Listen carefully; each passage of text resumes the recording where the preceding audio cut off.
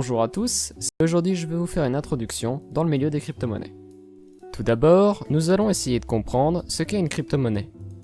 Une crypto-monnaie est donc une monnaie virtuelle, qui n'existe donc que sous forme informatique, qui est basée sur un réseau d'ordinateurs pair à pair décentralisé, donc sans serveur central, et sur des principes cryptographiques qui assurent la sécurité et l'authenticité des transactions. Contrairement au réseau bancaire, les crypto-monnaies ne sont pas régulées par un gouvernement ou par une banque centrale, et vous en êtes entièrement propriétaire. La plupart de ces crypto-monnaies comme le Bitcoin sont également présents en quantité limitée, comme l'or, ce qui empêche l'inflation et garantit une valeur sûre pour le long terme. Pour finir, les crypto-monnaies agissent comme des monnaies réelles. Elles peuvent être stockées, échangées et utilisées comme un moyen de paiement. Elles fonctionnent d'une manière assez proche des espèces. La toute première crypto-monnaie à avoir été développée est le Bitcoin. Elle a été initialement théorisée en 2008, puis lancée publiquement en janvier 2009 par une entité ou un groupe anonyme du nom de Satoshi Nakamoto. Par la suite, d'autres crypto-monnaies plus avancées et proposant des fonctionnalités supplémentaires comme l'Ethereum ont été développées. La quasi-totalité des crypto-monnaies partagent cependant un principe très important qu'on appelle la blockchain, et c'est ce que nous allons voir maintenant. Pour pouvoir enregistrer les transactions, le réseau se sert d'une base de données publique et décentralisée que tous les utilisateurs du réseau partagent. Cette base de données est représentée comme une chaîne de blocs, et chaque bloc est mathématiquement lié au bloc précédent et au bloc suivant. Toutes les 10 minutes, le réseau Bitcoin génère un nouveau bloc qui contiendra toutes les transactions effectuées en Bitcoin durant les 10 dernières minutes. La blockchain enregistre donc toutes les transactions effectuées sur le réseau depuis sa création et agit comme un registre public qui contient la valeur possédée en Bitcoin de tous les utilisateurs du réseau. Contrairement aux institutions bancaires et gouvernementales, cette base de données est publique et lisible par tous, ce qui assure une grande transparence sur la gestion monétaire. Chaque crypto-monnaie dispose donc de sa propre blockchain indépendante. Cette blockchain est donc partagée sur un réseau d'ordinateurs pair à pair. On appelle un de ces ordinateurs un nœud.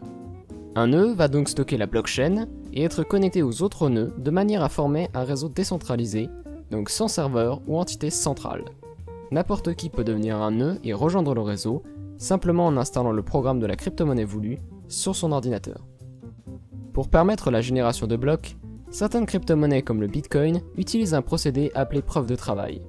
Il s'agit d'un procédé par lequel un nœud choisi aléatoirement dans le réseau va être autorisé à créer un bloc. Pour pouvoir obtenir cette autorisation, une sorte de loterie est organisée. Pour participer, un nœud doit disposer d'une certaine puissance de calcul informatique, et plus la puissance de calcul d'un nœud est élevée, plus les probabilités de trouver la preuve de travail pour créer un bloc sont élevées.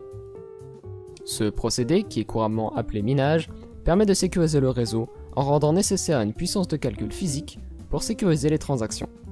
Afin d'être rémunéré pour la puissance de calcul fournie, le réseau autorise la création d'une certaine quantité définie de crypto-monnaies dans chaque nouveau bloc. Ces nouveaux coins sont donc donnés aux mineurs pour leur participation. La quantité générée diminue également avec le temps afin d'empêcher l'inflation. Certaines crypto-monnaies comme le Bitcoin étaient autrefois minables avec un simple ordinateur. Mais avec la difficulté augmentant avec chaque nouveau mineur sur le réseau, c'est un travail qui s'est professionnalisé et qui s'effectue aujourd'hui avec des puces spécialisées. Pour stocker ces crypto-monnaies, on utilise un programme communément appelé Wallet, qui va agir comme un portefeuille. Ce programme va générer une série d'adresses qui seront en mesure de stocker des crypto-monnaies. Ces adresses fonctionnent de la même manière qu'une adresse postale, et toute transaction vers vos adresses sera créditée sur votre wallet. Cependant, pour pouvoir émettre des transactions depuis vos adresses, vous aurez besoin des clés privées correspondantes et dont vous êtes le seul propriétaire. Il est à noter que chaque crypto-monnaie dispose de sa propre blockchain, de ses propres adresses et de ses propres wallets. Généralement, chaque wallet ne peut utiliser qu'une crypto-monnaie spécifique, mais il existe des wallets qui en supportent plusieurs. Par conséquent, n'envoyez jamais des transactions vers une adresse d'une crypto-monnaie différente. Vos clés privées doivent être protégées au maximum, car n'importe qui y ayant accès peut dépenser les crypto-monnaies qui y sont liées. C'est pour ça qu'on utilise généralement un programme qui chiffre ces clés pour les protéger d'éventuelles attaques. Il existe plusieurs types de wallets en fonction de vos besoins. Par exemple, on peut noter l'existence de full wallets, qui agissent à la fois comme un nœud du réseau et comme un wallet. Ils sont lourds et complexes à utiliser, donc peu recommandés pour les débutants. Il y a les light wallets, qui sont des wallets connectés à un nœud distant, et donc plus légers et faciles à utiliser. Les paper wallets, qui sont des adresses et des clés privées écrites sur papier, afin de les mettre à l'abri d'attaques informatiques. Et pour finir, les hardware wallets, qui sont des équipements matériels spécialement conçus pour stocker des clés privées et sont actuellement le moyen le plus sécurisé pour stocker vos crypto-monnaies. Pour acheter et vendre de la crypto-monnaie, on va devoir utiliser des services en ligne, que nous allons donc voir maintenant. On note l'existence de services en ligne appelés Online Wallet, qui proposent le stockage de crypto-monnaies comme une banque le ferait. Il est à noter que ces services restent moins sécurisés pour le stockage de crypto, mais plus pratiques pour un usage courant. Pour acheter et vendre des crypto-monnaies contre des euros ou des dollars, il existe plusieurs solutions. La plus courante est d'utiliser un service en ligne comme Coinbase, ou d'un échange professionnel comme Kraken. Notez qu'il vous faudra effectuer une vérification d'identité afin de pouvoir acheter des crypto-monnaies. Ceci étant dû aux restrictions européennes contre le blanchiment d'argent. Une fois acheté, je vous conseille de transférer vos cryptos vers un wallet personnel approprié. Une fois que vous disposez de crypto-monnaies comme du Bitcoin, vous pourrez facilement l'échanger contre d'autres cryptos, comme l'Ethereum par exemple, via un service d'échange comme Shapeshift, ou un échange amateur comme Bittrex. En parlant d'échange, si vous êtes un amateur de trading, il existe de nombreuses plateformes dans le domaine des crypto-monnaies. Faites attention cependant car leur usage est plutôt réservé aux utilisateurs avancés. Pour dépenser vos crypto-monnaies, il existe de nombreux services acceptant déjà le Bitcoin, comme par exemple la plateforme Steam. Vous pouvez également dépenser vos bitcoins sur tous les services utilisant Visa via un service de carte bleue comme 10x. Pour terminer, je vais également parler rapidement de ce qu'on appelle les assets.